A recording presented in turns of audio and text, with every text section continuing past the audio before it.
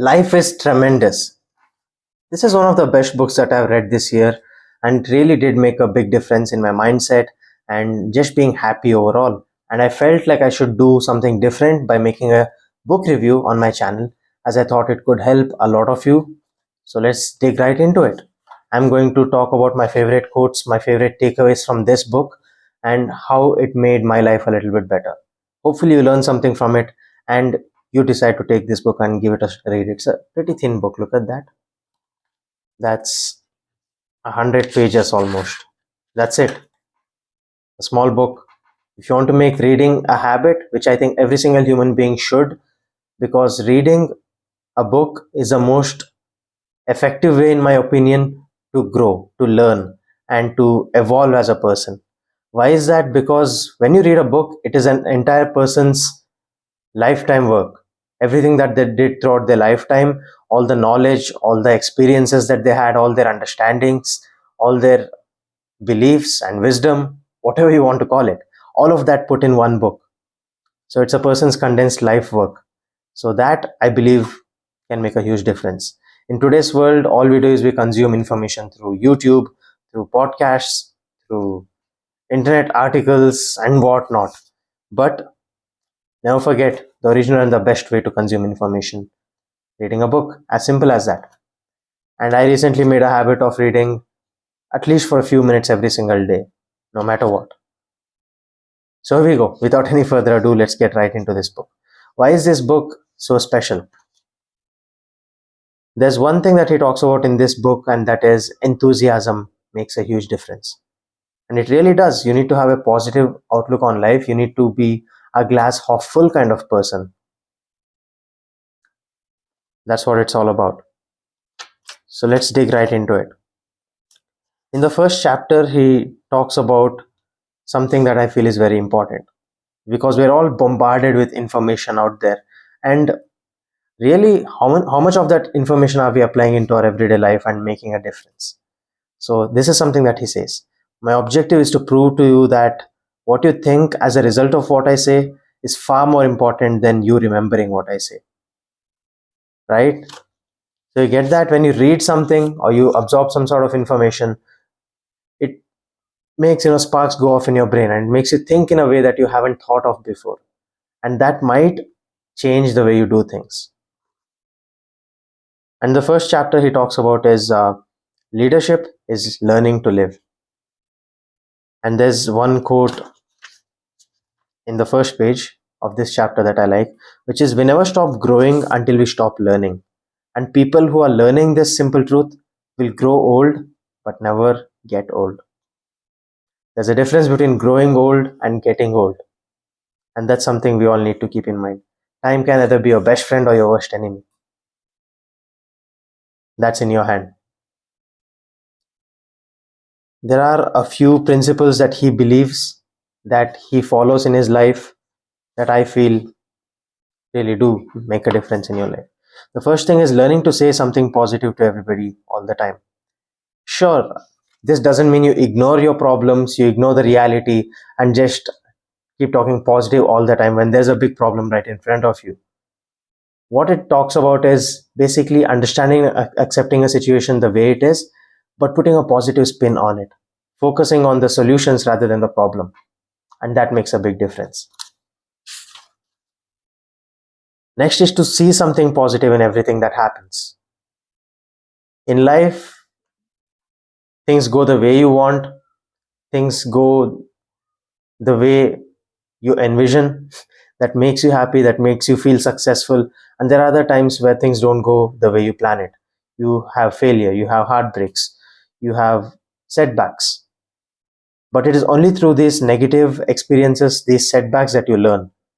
You never learn when you succeed, you learn when you fail. And each time you fail, it's life making you a little bit better or giving you an opportunity to get better. Another principle, the third thing that he talks about in this book, is called SIBKIS, SIBKIS. That's see it big, keep it simple. We might get caught up in the minute details of every little thing that we do, but at the end of the day, you need to look at the big picture. Am I doing what it takes to get to where I want? That's all that matters. Take one step closer to your destiny, to where you want to be at. So keep it simple. Don't overcomplicate stuff. The next quote that I liked in this book is this: we know that when a person begins to grow, the obstacles get bigger and better, but there's excitement and progress in struggle, and life gets easier only when you're coasting downhill. So embrace the challenges, accept it, understand that it's needed for you to get to the next level. And this is a concept that I first read in The Alchemist, which is one of the most popular books ever written. And it really is true. That's how life works. The better you get, the stronger you get, the bigger challenges that you face. And I feel the universe has a way of making this happen. It makes things easy for you right at the start so that you can start building momentum, start making some progress. And as you get better and better, you face bigger challenges and you overcome them, only then you get to the next level. And there's something that people need to think about. The big question that you need to ask yourself is not how to do something or how to achieve something, it's why you want to do it. The key is not how to live, but why you're living. This stimulus will keep you growing. If you know your purpose, you know your vision, you know exactly what you want, then the how will be figured out along the way. You will find a way. And all the persons with right motives want to do more than just exist. They want to contribute, they want to have a sense of importance, and they want to be accepted by others. You want to do more than just survive your day to day. You want to thrive. And here's another quote by Unknown. Always dream and shoot higher than you know you can reach. Don't bother just to be better than your contemporaries and predecessors. Try to be better than yourself. The only person you should be comparing yourself is with you. Next, this is a part of the book which I really think makes a huge difference for anybody that's in some sort of a leadership role. You could be a teacher, you could be a coach, you could be a team manager, anybody that has to lead another person or a team onto anything. And I feel at some point in life, everybody has to take up that leadership role in some aspect. So, learning how to be a good leader is very important. So, this is where this part comes in: the 7 laws of leadership. The first law of leadership is learning to get excited about your work. This is important. Work, wherever you find it, implies only one kind of thing: detail, monotony, preparation, striving, and weariness. That's all we have to overcome no matter what our work is.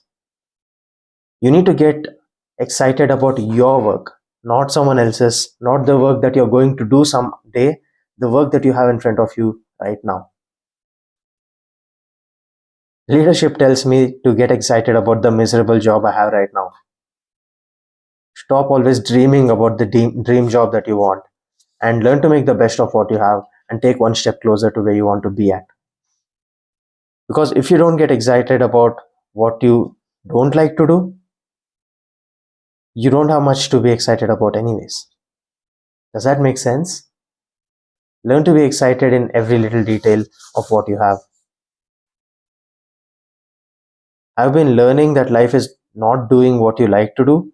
Real life is doing what you ought to do. That's what a real leader does.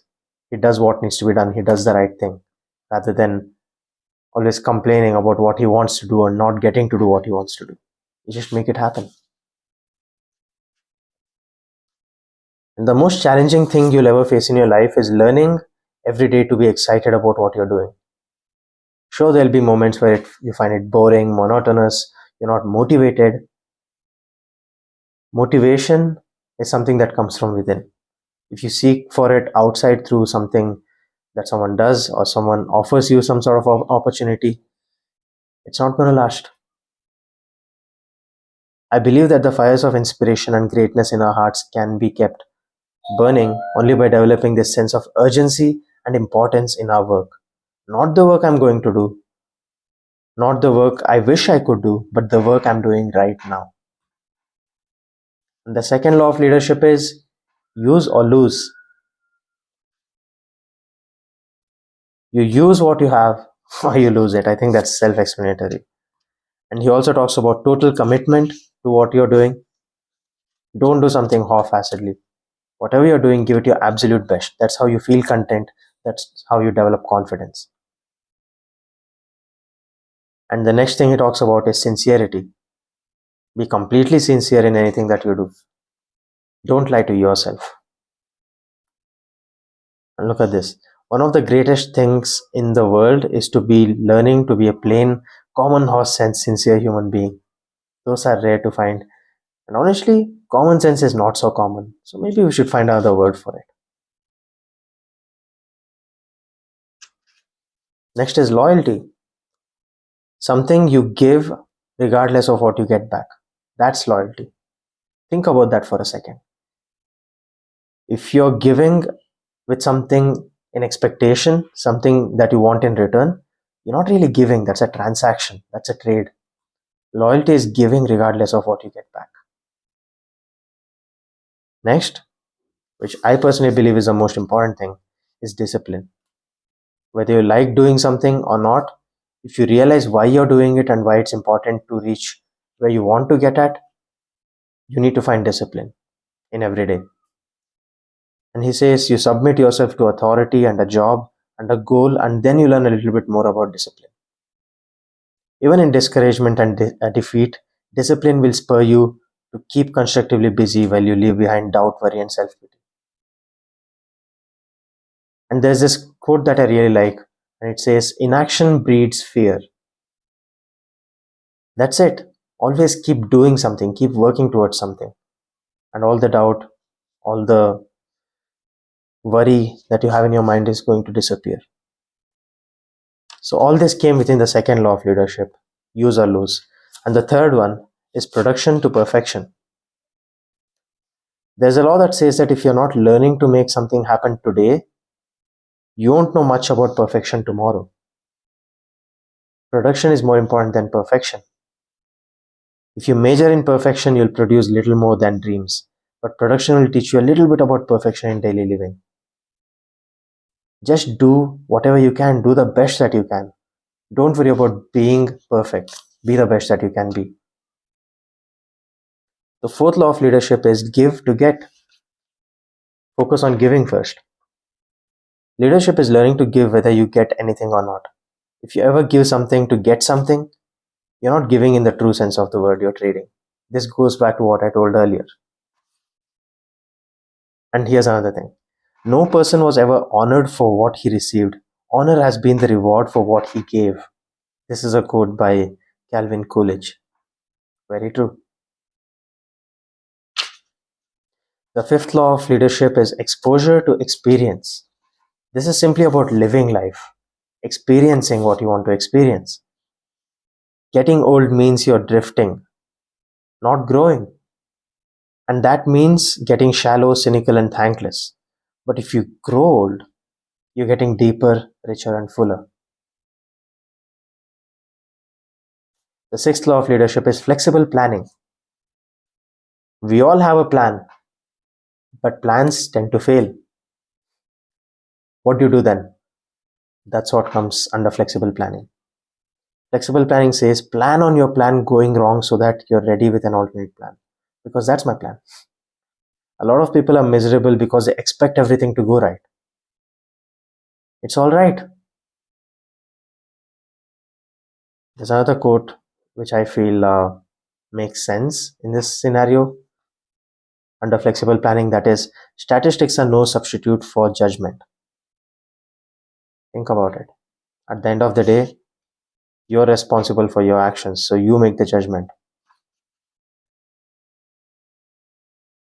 Things go wrong to make us more right. Does that make sense? I can't determine in life when I'm going to get kicked. I can determine which way I'm going to go when I get kicked. I guess there's no way to grow up without some going down. There's no humility without humiliations.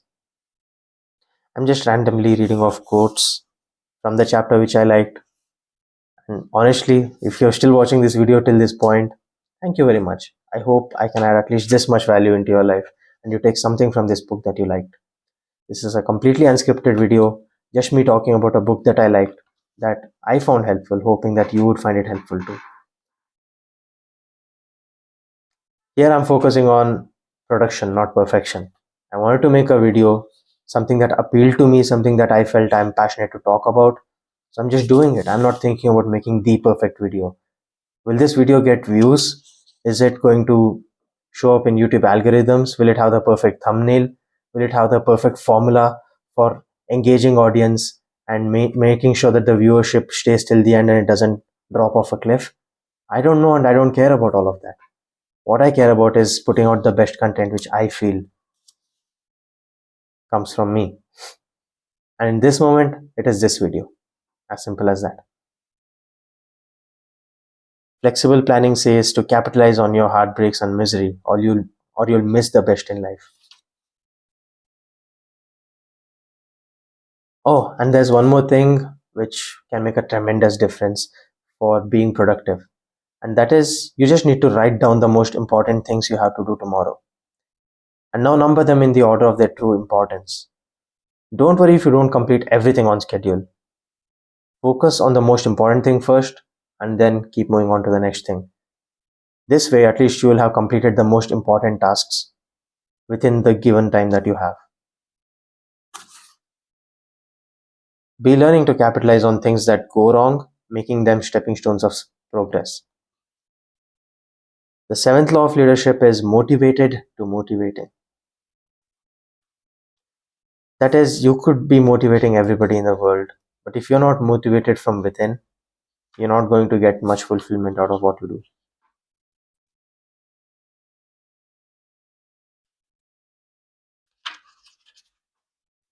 I believe with all my heart that everything that touches your life is to make you a more deeply motivated person who can in turn motivate others to higher goals.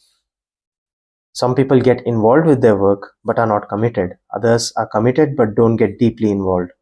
The two go together, and I'm convinced that there is no way to learn to be a motivated person without being totally involved and committed in whatever you're engaged in. That's true. And here's another part of a quote that I liked. Every man who gets anywhere does so because he has first firmly resolved to progress in the world and then has enough stick to itiveness to transform his resolution into a reality. Work as hard as you can, get as much as you can, and give as much as you can.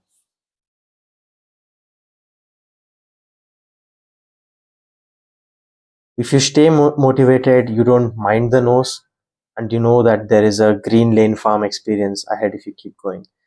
What does that mean? He talks about a story of how he got his 7-year-old son to doing sales, right? To sell a box of chocolates or something. And first, when he started selling it, he heard a lot of no's, no after no, no after no. And he learned how to deal with rejection, how to deal with failure. In turn, he changed his strategy, changed his way, and eventually got to a yes. If you keep persisting, you're eventually going to get what you want, provided you know how to make changes and you don't do the same thing over and over again. After all, the definition of stupidity is to do the same thing over and over again and expect a different result. Know how is tremendous when you know why. Know how lets you drive it. Knowing why drives you. And another quote: truth and love are two of the most powerful things in the world. When they both go together, they cannot be easily withstood. Next is he talks about, this is chapter 3. He talks about 3 decisions in your life that are most important. Number 1, whom are you going to live your life with? Let's talk about that. He says the sweetest scene in the world is two people growing old together, growing deeper, richer, and fuller in sharing. Growing means growing pains, it means changing. And oh, listen, the secret of a happy marriage is not compatibility, it is integrity. The integrity of two people to make the marriage decision, make it truly theirs, and die by it. Genuine communication in the family is one of the hardest things to learn.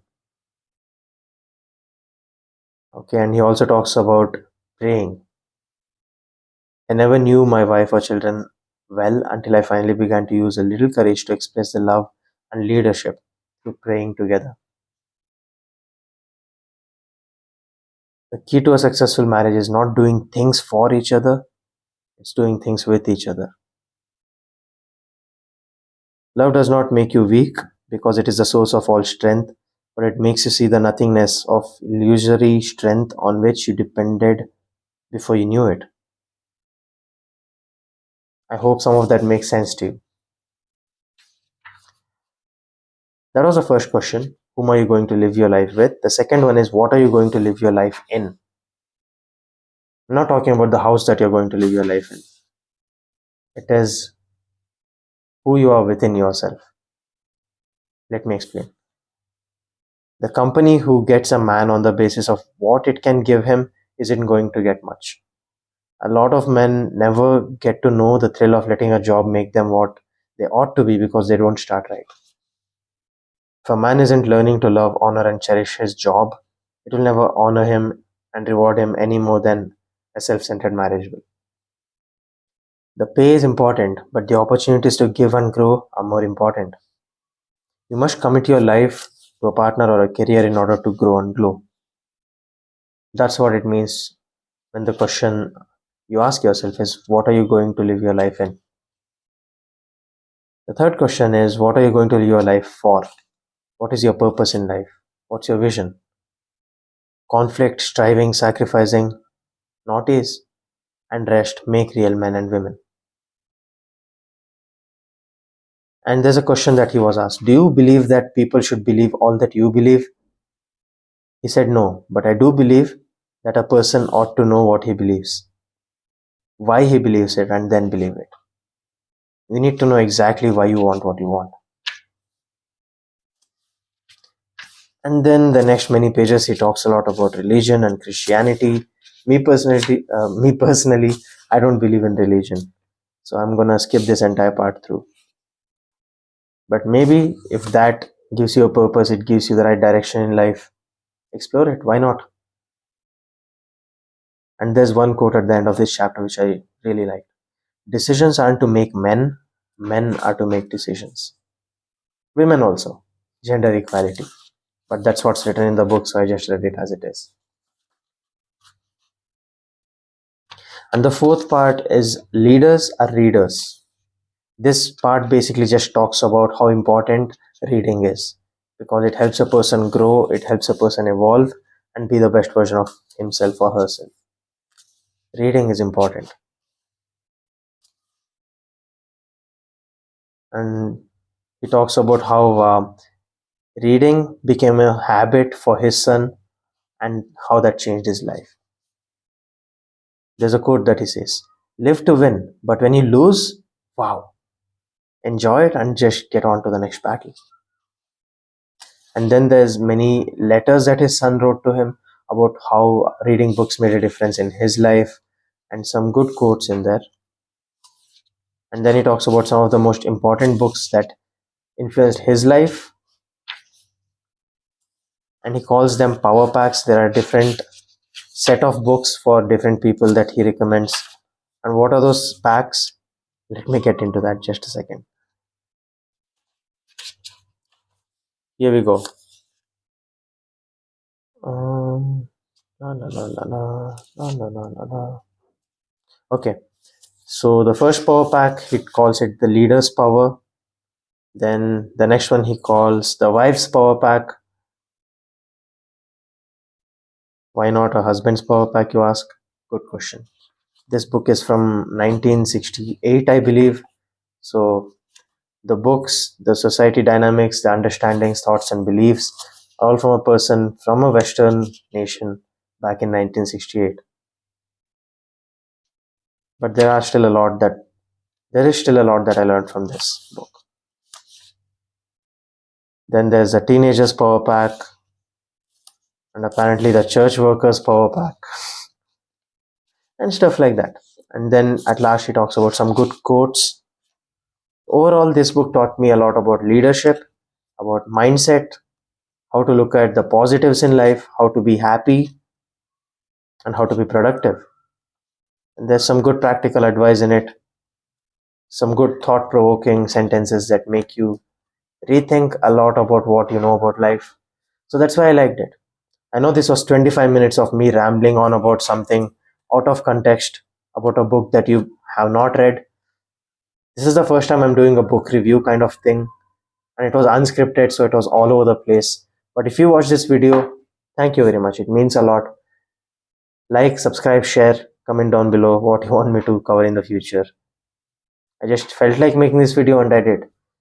Hopefully, my next book reviews get better and better, and I'll try to do my best every step along the way. That's all I have to say. Until next time, take care, stay hungry.